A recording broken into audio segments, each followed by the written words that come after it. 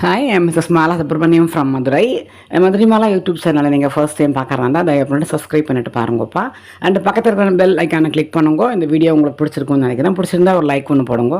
And உங்கள் friends circle, உங்களோட relations எல்லாருக்குமே இதை நீங்கள் ஷேர் பண்ணுங்க. ஏன்னா நல்ல காரியங்கள் எல்லாருக்கும் ரீச் ஆகணும் அப்படிங்கிறது மட்டும்தான் என்னுடைய ஆசை. இன்றைக்கி நம்ம வீடியோக்குள்ளே போகலாம். அதாவது எல்லாருக்குமே குலதெய்வம்னு ஒன்று இருக்குது. என்ன தான் குலதெய்வம் இருந்தாலுமே குலதெய்வத்தை நிந்தனை பண்ணப்படாதுங்கிறதெல்லாம் வேறு. குலதெய்வத்தை வேண்டாமல் இருக்கக்கூடாது, குலதெய்வத்துக்கு வருஷத்துக்கு ஒருக்கா போய் பார்க்காம இருக்கக்கூடாது, அந்த மாதிரி நிறையா இருக்குது. அதெல்லாம் தயவு பண்ணி பண்ணிடாதீங்க. குலதெய்வ நிந்தனை மட்டும் பண்ணாதீங்க. தயவு பண்ணி குலதெய்வத்தை நன்னா வேண்டிக்கோங்க. எப்படி உங்காத்து வழிபாடு பிரகாரம் போகணுமோ அதெல்லாம் நீங்கள் போயிட்டு வந்துடுங்க.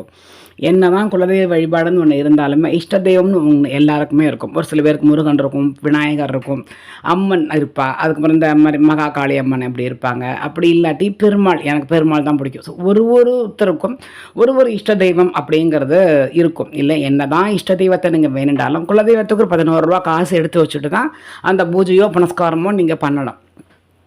இப்போ நீங்கள் இந்த 16 வாரம் சங்கராச்சாரியாருக்கு விளக்கேற்றுறேன்னு சொன்னாலுமே அந்த குலதெய்வத்துக்கு 11 ரூபா காசு எடுத்து வச்சுட்டு தடங்கள் வராமல் இந்த பூஜையை நான் பண்ணணும் அப்படின்னு சொல்லி நீங்கள் அதை வேண்டிட்டேன்னா அந்த 16 வாரமும் நல்லபடியாக நடத்துறதுக்கு நம்ம குலதெய்வம் நமக்கு கை கொடுக்கும்.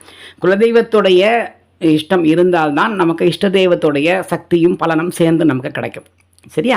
இது என்னன்னா, எனக்கு வந்துட்டு இந்த மகாகாளி, மடப்புறத்தில் இருக்கிற மகாகாளியை ரொம்ப பிடிக்கும்பா. எதேச்சியாக ஒரு வாட்டி, அது 25 வருஷத்துக்கு முன்னாடி சொல்கிறேன் நான். அப்போ ஒரு வாட்டி நாங்கள் போனோம். அது போன உடனேயே எனக்கு உடனே கல்யாணம் ஆகிடுது. ஆண்ட முன்னேற்றில் குழந்தையும் பிறந்துடுத்தோ, அதுக்கு கல்யாணம் ஆகிடுது, அதுக்கு இப்போ பெண் குழந்தை பிறந்துடுத்தோ. ஸோ இந்த மாதிரி நீ ஒன்றுமே இல்லாமல் தான் போய் நின்று அவள்கிட்ட 27 வருஷத்துக்கு முன்னாடி சொல்கிறேன் நான். அப்போ வந்துட்டு உடனே எனக்கு எல்லாம் நடத்தி வச்சு ஒரு பிரச்சனையும் இல்லாமல் நான் என்ன வென்றவைங்க, நான் என்னையை உங்ககிட்ட ஒப்படைச்சிட்டேன். நீ எனக்கு என்ன நல்லது கெட்டதுங்கிறது உனக்கு தெரியும், நீ பார்த்து பண்ணு. அது மட்டும்தான் அவள்கிட்ட நான் வேண்டிட்டேன். அவள் இந்த நிமிஷம் வரைக்கும் எனக்கு என்னது நல்லது கெட்டது எது நடக்கணுங்கிறத பார்த்து பார்த்து பார்த்து அவள் பண்ணிகிட்டே தான் இருக்கா. என்னை பொறுத்த வரைக்கும் அவளுக்கு வந்துட்டு நம்மளை யாராவது ஹர்ட் பண்ணாலோ, நம்மளை யாராவது ஏதாவது சொன்னாலும் அவளால் அதை தாங்கிக்க முடியாது. ஏன்னா அம்மா மாதிரி அவள்.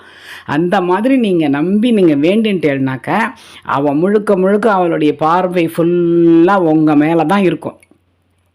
நம்ம 1 மாதம் 2 மாதம் மிஸ் பண்ணி நம்ம போயிட்டோம்னா ஒரு மாதிரி சிரிப்போம். என்னடி ரொம்ப நாளைக்கு அப்புறம் வரா மாதிரி இருக்குது, நம்ம அம்மா நம்மள்கிட்ட கேட்பா பார்த்தேடா, அந்த மாதிரி ஒரு பார்வை. அது வந்துட்டு சைக்கலாஜிக்கலாக என்ன, அது என்னன்னு நமக்கு தெரியாது. பட் மேபி உண்மையாக வேணுன்ற வாழ்க்கை அந்த மாதிரி தோணுமோ அதுவும் எனக்கு தெரியாது. பட் எனக்கு தோன்றதை நான் சொல்கிறேன்.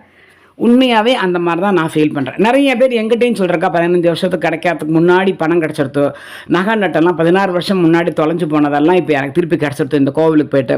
ஸோ அந்த வேலை கிடச்சிருத்தோ, கல்யாணம் ஆகிருக்கு, குழந்தை பிறந்திருக்கு, எல்லாருமே நிறைய சொல்லியிருக்காப்பா. எந்த தெய்வமாக இருந்தாலும் நீங்கள் நன்னா நம்பி வேண்டுண்டேன்னு அந்த தெய்வம் கண்டிப்பாக உங்களை கைவிடாது. நம்மளுடைய கர்மா அப்படிங்கிறத விதிக்கு இடையில தெய்வம் நுழையிறதுக்கு அந்த அளவுக்கு வாய்ப்பு கிடையாது. பட் என்ன தான் இருந்தாலும் நம்ம நன்னா வேண்டின்றோம்னாக்கா விதியையே மாற்றி எழுதக்கூடிய சக்தி தெய்வத்துக்கு உண்டு. ஏன்னா எல்லாம் தெய்வம் அப்படின்னா ஜஸ்ட் ஒரு கடைக்கண் பார்வையும் பார்த்தலாம். ஒரு செகண்ட் இந்த பக்கம் நம்மளை திரும்பினா போகிறோம், நமக்கு வேறு ஒன்றுமே வேண்டாம், நம்ம ஜேன்னு ஆகிடுவோம். ஸோ அதனால் நீங்கள் நன்னா நம்பி நீங்கள் வேண்டின்றேன்னா உங்களுக்கு நல்லது மட்டுமே நடக்கும். அப்படி ஏதாவது ஒரு கெடுதல் நடந்தாலுமே உடனே அதுக்கு வேறு ஏதாவது நல்லது நடந்துடும். ஏன்னா இது நடந்தால் உனக்கு கஷ்டண்டின்னு அவளுக்கு தெரியும். 2 எலும்பிச்சம்பழத்தை எடுத்து வச்சு நீங்கள் அவளை நன்னா வேண்டின்றேன்னாக்கா, கோயிலுக்கு என்னால் வர முடியலை, நான் தள்ளி இருக்கேன்னா 2 லெமன் எடுத்து வச்சுருங்கோ, ஒரு 51 ரூபா காசு எடுத்து வச்சுருங்கோ. நான் சொல்லியிருக்கேன் நிறையா வாட்டி எல்லாத்தையுமே இதை எடுத்து. இப்போதைக்கு நான் என்ன ஒன்று அம்மனாக பாவிச்சு நான் வேண்டிக்கிறேன், எனக்கு நீங்கள் நல்லதை நடத்தி கொடுன்னு வேணுண்டேன்னா கண்டிப்பாக நடக்கும். ஐஸ்வர்யம் நிறையா கிடைக்கும். நம்ம எங்கே போனாலும் அவளுடைய நிழல், அவளுடைய கண் பார்வை நம்ம மேலே பட்டுக்கொண்டே தான் இருக்கும். ஏன்னா இந்த செகண்ட் வரைக்கும் நான் அந்த மாதிரி தான் நான் ஃபீல் பண்ணிக்கிட்டு இருக்கேன். அவளை அந்த மாதிரி தான் அவள் நடத்தி கொடுத்துக்கிட்டு இருக்கா எல்லாத்தையுமே. அதனால் அவளை நம்பி நம்ம வேண்டின்ட்டோம்னாக்கா நமக்கு நல்லது மட்டுமே நடக்கும், கெட்டது அத்தனையும் நம்மளை விட்டுட்டு போயிடும். அந்த எலுமிச்சம்பழத்துக்கு இருக்கிற ஒரு சக்தி வேறு எதுக்குமே கிடையாது. 2 பழத்தை எடுத்து வச்சு நைவேத்தியம் இது பண்ணிவிட்டு அவளையே தெய்வமாக நினச்சி 51 ரூபா காசு எடுத்து அதில் வச்சுருங்கோளேன், கண்டிப்பாக உங்களுக்கு நல்லது தானாக நடக்கும். என்னால் வர முடியாது, நான் தள்ளி இருக்கேன்னு நினைக்காதுங்க. எனக்கு உன்னை பார்க்கணும், நான் உன்னை வேண்டிக்கிறேன், எனக்கு நீ பார்க்கணும், நான் உன் கோவிலுக்கு வரணும் அப்படின்னா அவளையே உங்களுக்கு நடத்தி கொடுத்துருவாது. ஏன்னா அத்தனை சக்தி அவளுக்கு இருக்குது. நான் தூரக்கே இருக்கேன் மாமி, நான் எங்கே வரப்போகிறேன் அப்படி நினைக்காதீங்க. எனக்கு உன்னை பார்க்கணுன்னு ஆசையாக இருக்குமா, என்னை அழிச்சுக்கோ அப்படின்னா அவள் தானாக நம்மளை கோவிலுக்கு அழிச்சுட்டுருவோம். சரியா?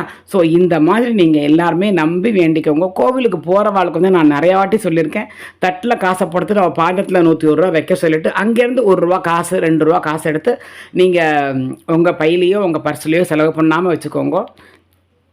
கண்டிப்பாக உங்களுக்கு உங்கள் லைஃப்பில் ஐயோ நம்மள்கிட்ட காசே இல்லையே அப்படிங்கிற ஒரு வார்த்தையே உங்களுக்கு வராது.